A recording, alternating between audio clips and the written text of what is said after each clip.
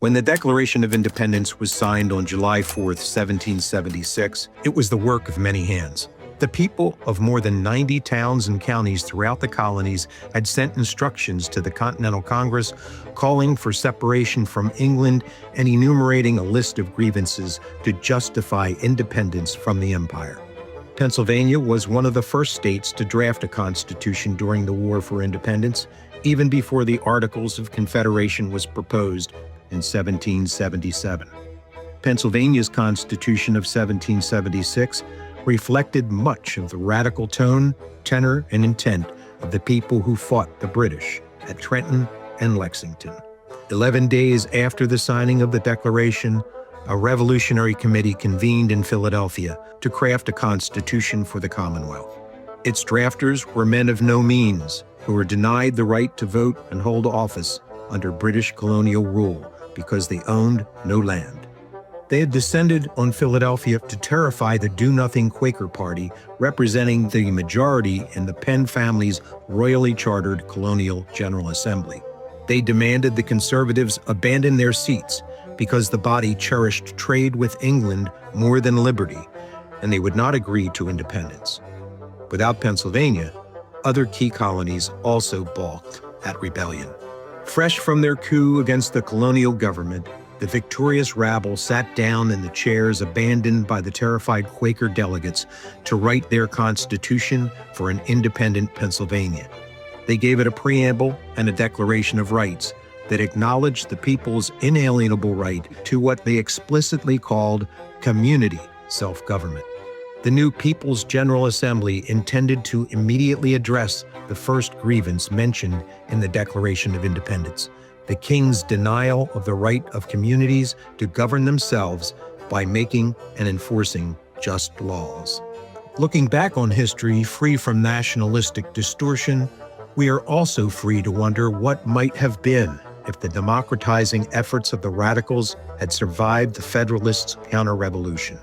What if communities today had the right to self-determination, especially against corporate assaults in the form of frack waste, industrial timber operations, destructive mining, or data center proliferation?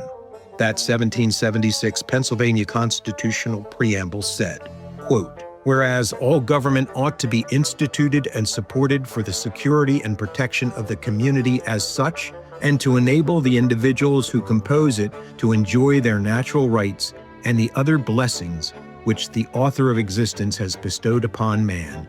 And whenever these great ends of government are not obtained, the people have a right by common consent to change it, and take such measures as to them may appear necessary to promote their safety and happiness." End quote. Where have we heard that before? Oh yes, the Declaration of Independence itself. And it turns out that if you take a peek at just about any state constitution today, Article 1, Section 1, or thereabouts, is likely to contain similar language related to the purpose of government and the duty of the people to challenge or abolish government when it no longer serves the people's interest. The New Hampshire Constitution defines it as the right of revolution. Those inspiring remnants of now defunct community rights are evidence of the once passionate spirit of '76. But today, they feel more like ancient fossils embedded in the sediment of intervening history. Democracy in the new Pennsylvania Commonwealth was secured in the institution of government, not just in the Declaration of Rights. With Benjamin Franklin assisting the constitutional framers, they established a unicameral assembly of lawmakers, rejecting the hierarchical setup we know as Congress, with a House of Representatives for a lower house and an upper house or Senate made up of patriarchs, able to override the popularly elected representatives in the lower. They also rejected the idea of a strong executive or government with power to veto the people's will. Instead, they created an executive council consisting of 12 persons chosen by the freemen of the counties of the Commonwealth, having staggered terms of office and each subject to term limits. The 1776 Pennsylvania Constitution addressed the judicial power in a more remarkable way. They established no Supreme Court. As they had done by foregoing a Senate and governor, they kept the power to judge the fitness of laws close to the people. they created a council of censors with members elected from each city and county, quote, whose duty it shall be to inquire whether the Constitution has been preserved inviolate in every part, and whether the legislative and executive branches of government have performed their duty as guardians of the people or assumed to themselves or exercise other great powers than they are entitled to by the Constitution, end quote. They went on to explain the specific powers retained by the people to oversee their government through the Council of Censors. It empowered them to audit how taxes were spent and whether the laws they approved had been exercised or ignored. The People's Council had subpoena powers to demand government records, and through it, they had the power to initiate impeachments, censure legislators, and demand laws not in agreement with the Constitution be repealed. The 1776 Pennsylvania Constitution removed property-owning qualifications to vote and hold public office for men over 21 years of age, living in the Commonwealth for at least 1 year, and who had paid taxes. It was a right that did not exclude men of any race or heritage, so long as they were not enslaved or indentured. That provision would endure until the second constitutional reformulation in 1838. When the word white was inserted into the document to make it fit in with the apartheid policies of the 1789 Federal Constitution. But even before then, the first Constitution of the Commonwealth was already, in 1776, a racist constitution that tolerated genocidal expansion into inhabited indigenous lands, enslavement and commodification of Black people, and loss of rights imposed on debtors in order to fortify the privileges of creditors. It also goes without saying that women were by default utterly and silently excluded at all levels. The immigration policy established by the 1776 Pennsylvania Constitution probably won't be memorialized during the Trump administration's America 250 celebrations. The revolutionary approach was somewhat different. The revolutionaries wrote, "Every foreigner of good character who comes to settle in the state, having first taken an oath or affirmation of allegiance, may purchase or by other just means acquire, hold, and transfer land or other real estate, and after 1 year's residence shall be deemed a free denizen thereof, and entitled to all the rights of a natural-born subject of this state, except that he shall not be capable of being elected a representative until after 2 years' residence," end quote.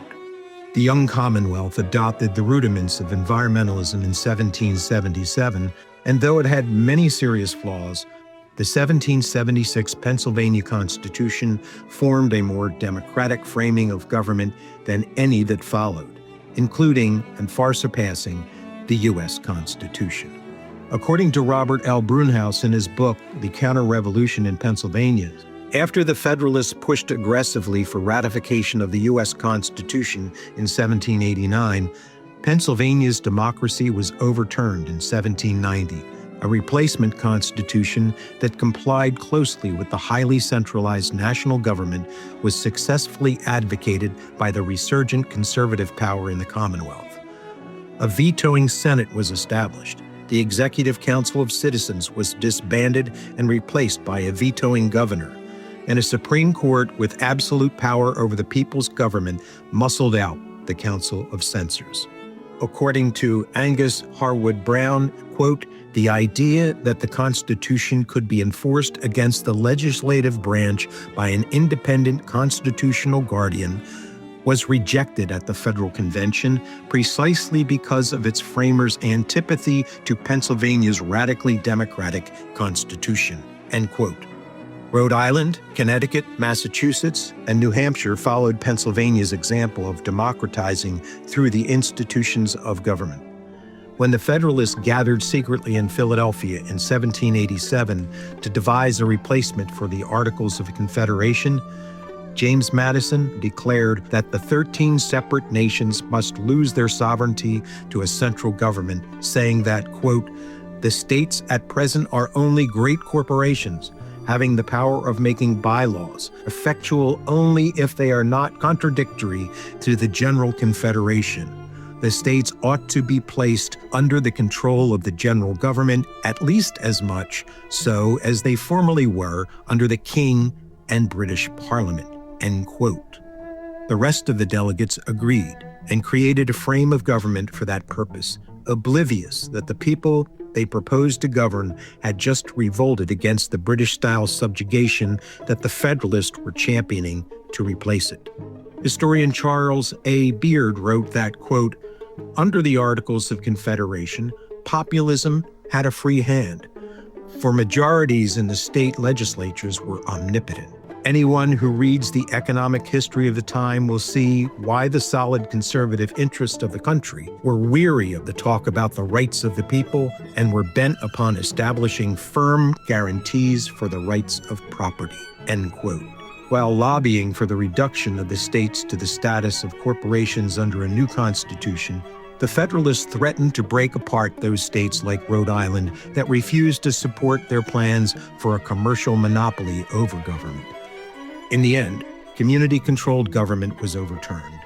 The trajectory of democratic revolution was reversed, and the all but unknown history of revolutionary governance during the War for Independence and before the Articles of Confederation were overturned was buried for 250 years, out of sight of the people who had been outmaneuvered and betrayed. This is the 5th video short in Seldef's America 250, a Revolutionary Perspective series. You can catch up at our Truth and Reckoning Substack and stay current by following us at celdf.org. If you'd like to support our work, consider donating. Again, that's at celdf.org.